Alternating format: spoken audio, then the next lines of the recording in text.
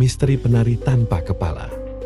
Di sebuah desa terpencil bernama Karangwetan, terdapat sebuah mitos yang telah diwariskan turun-temurun. Mitos itu adalah tentang sosok penari tanpa kepala, makhluk misterius yang konon muncul setiap malam Jumat Kliwon di pendopo tua di tengah desa. Pendopo itu dulunya merupakan tempat latihan tari bagi para penari desa. Namun, sebuah tragedi terjadi puluhan tahun lalu. Seorang penari cantik bernama Sri Ayu mengalami kecelakaan tragis konon saat sedang menari dalam sebuah pertunjukan besar. Lampu minyak yang menerangi pendopo tiba-tiba jatuh dan menyebabkan kebakaran hebat. Dalam kepanikan, Sri Ayu tersangkut di dalam bangunan yang runtuh. Ketika warga berhasil memadamkan api, mereka menemukan tubuhnya yang hangus terbakar, tetapi kepalanya hilang entang kemana. Sejak saat itu, pendopo tersebut ditinggalkan dan dianggap angker. Beberapa warga desa mengaku pernah melihat sosok misterius menari di pendopo pada malam-malam tertentu. Sosok itu mengenakan kebaya merah dengan kain jarik bermotif batik kuno. Gerakannya begitu anggun, tetapi yang membuat bulu kuduk merinding adalah kenyataan bahwa sosok itu tak memiliki kepala. Musik gamelan yang sayup-sayup terdengar dari arah pendopo menjadi pertanda bahwa ia sedang menari.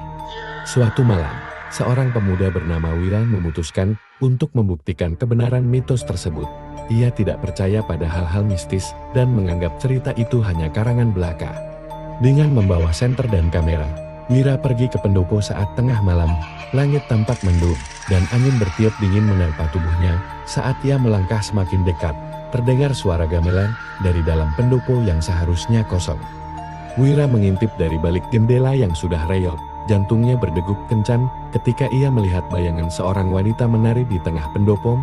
Gerakannya begitu indah. Tetapi ketika Wira mengarahkan senternya, ia langsung terpaku ketakutan. Sosok penari itu benar-benar tak memiliki kepala. Tubuhnya tetap bergerak lincah mengikuti irama gamelan yang semakin cepat. Dengan tangan gemetar, Wira mencoba mengambil gambar. Tetapi tiba-tiba musik gamelan berhenti. Sosok penari itu mendadak diam dan perlahan menghadap ke arahnya.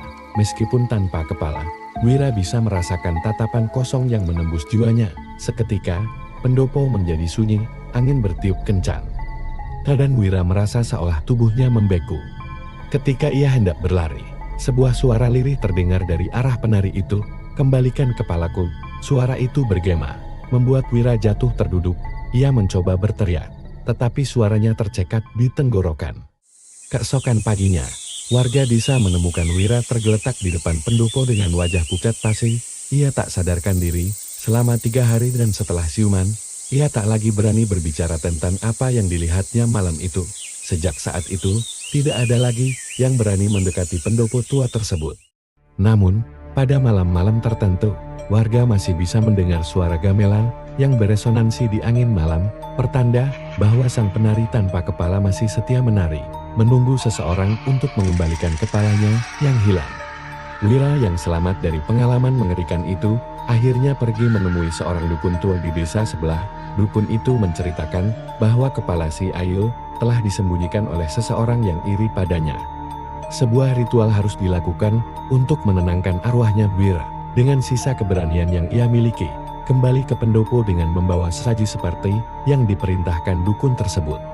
Saat tengah malam, Wira meletakkan sesaji di tengah pendopo dan menyalakan dupa. Gamelan kembali berbunyi dan sosok penari tanpa kepala muncul lagi. Kali ini, gerakannya lebih lambat dan tampak penuh kesedihan. Wira memberanikan diri berbicara, "Aku datang untuk membantumu, di mana kepalamu?"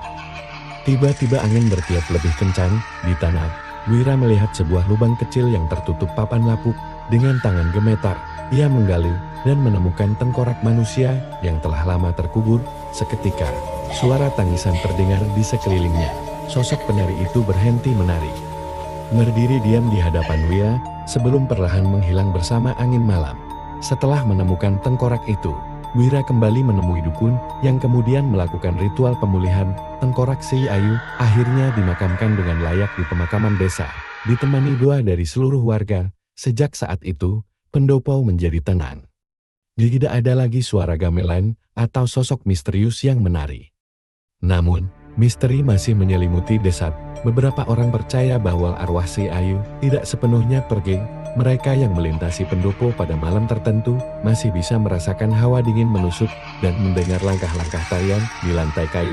Wira sendiri, setelah pengalaman traumatis itu, memutuskan untuk meninggalkan desa dan mencari ketenangan di kota lain.